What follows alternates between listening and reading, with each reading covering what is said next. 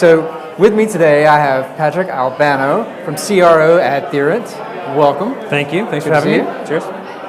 So tell us a little bit about CRO at Adtheorent. So AI is a hot topic in machine learning in the marketing industry, and Adtheorent's a company that's been focused on how machine learning is going to transform advertising for probably about the past 6 years. So we're delighted that it's now become part of the lexicon and a big topic here.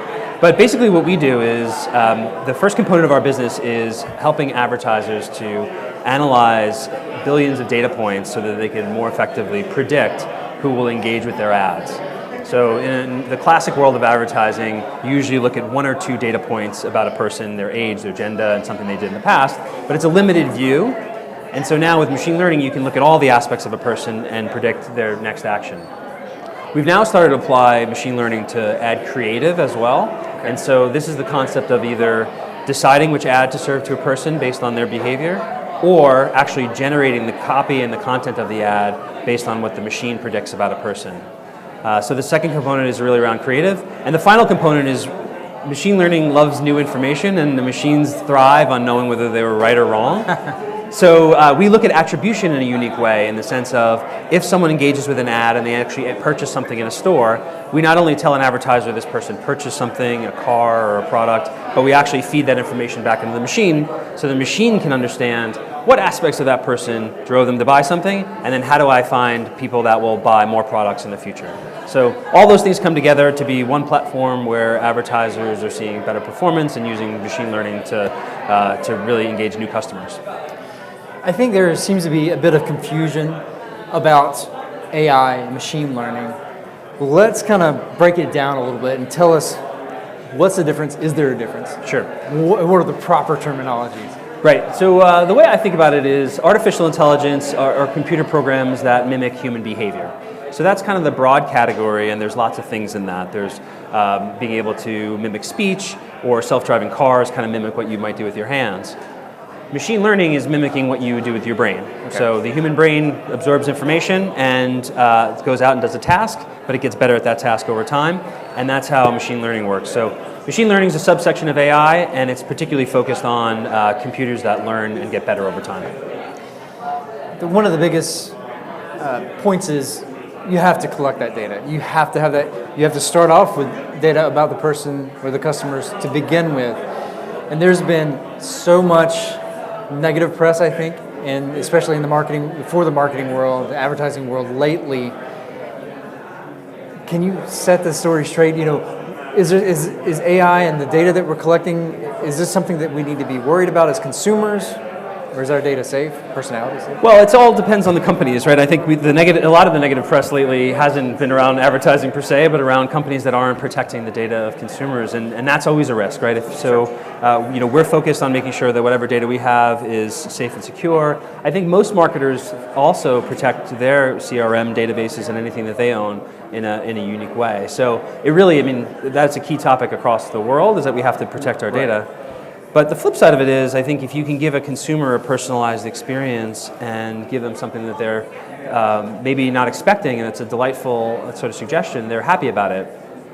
When we talk to a lot of people, one of the common sort of themes in online advertising is, I keep getting retargeted for things, and I keep seeing the same ad over and over again. And so that's easy though. Well, that's you search for this, and so I'm going to keep serving you that. But imagine if you could start to get suggestions about products that you didn't know that you wanted, or based on the things that you might be thinking about but not expressing, can start to get suggestions. So there's a real benefit there in terms of how we can use data to serve ads. I have a wallet that I got for Christmas, I think 2 years ago, and I'm notorious. I hate carrying a wallet. I hate the bulk. And every time I go out and find a new wallet that I think is slim and the perfect fit, I end up just taking my cards and wrapping the cash around whenever I have cash. Rarely, and just carrying that in my pocket. And very, very recently, I got hit with an ad that was this amazing wallet device thing, and I asked for that for Christmas, and I got it, and I think it's been 2 years now, and I still carry it. That's great. And that's, when I talk to people about this sort of advertising, it's, what would you rather see? Would you rather see something that has nothing to do with you, that's really just in the way, or do you want to see something that's relevant? Yeah, and there's so many things going through your mind, so many desires at any particular time about things you may want, or vacations you're thinking about going on, or travel that you may do. And so, to put you in broad buckets of you're an auto intender who also likes shoes isn't really, that's just sort of limiting who you are as a person. So there's a lot more opportunity. As a matter of fact,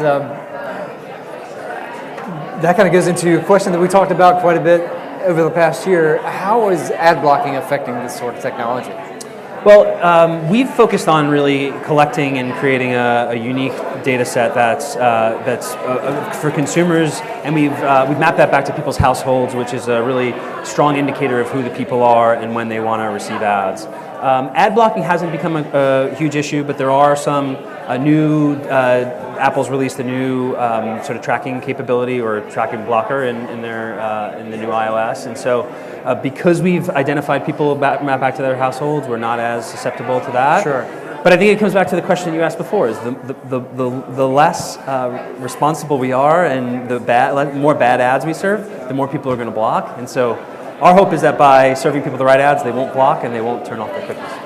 Yeah, absolutely. And then, it's surprising to me that even today I can go to certain news sites, certain blogs with real news, and fake news has been a thing, and I can still get overwhelmed with ads all over the place, and I just want to read the content. Yes. Or I just want to see the video. So yeah, that relevant. So. Connecting them to the household. I heard something the other day where someone went out and bought a new type of soda at a grocery store, and next thing they know, they're seeing ads for that soda and coupons on the web. So are we crossing that plane where we're actually, the physical world meets the online world? For sure, yeah. We one of the things we focus a lot on is taking real world results, credit card swipes or prescription fills or even car purchases, and making sure that impacts the online ad experience or the cross-device ad experience. Because similarly, if you just went out and bought a car, you don't want to see more car ads. Or if you're in the market for one, it's actually really valuable to see one. So creating the full data picture of a consumer actually should be a benefit and should allow marketers to get in front of the right people with less waste. Excellent. Well, Patrick, thank you for joining me today. It's a pleasure. Good to talk with you. Absolutely. We'll be back with more from New York at Advertising Week at AW360 Live.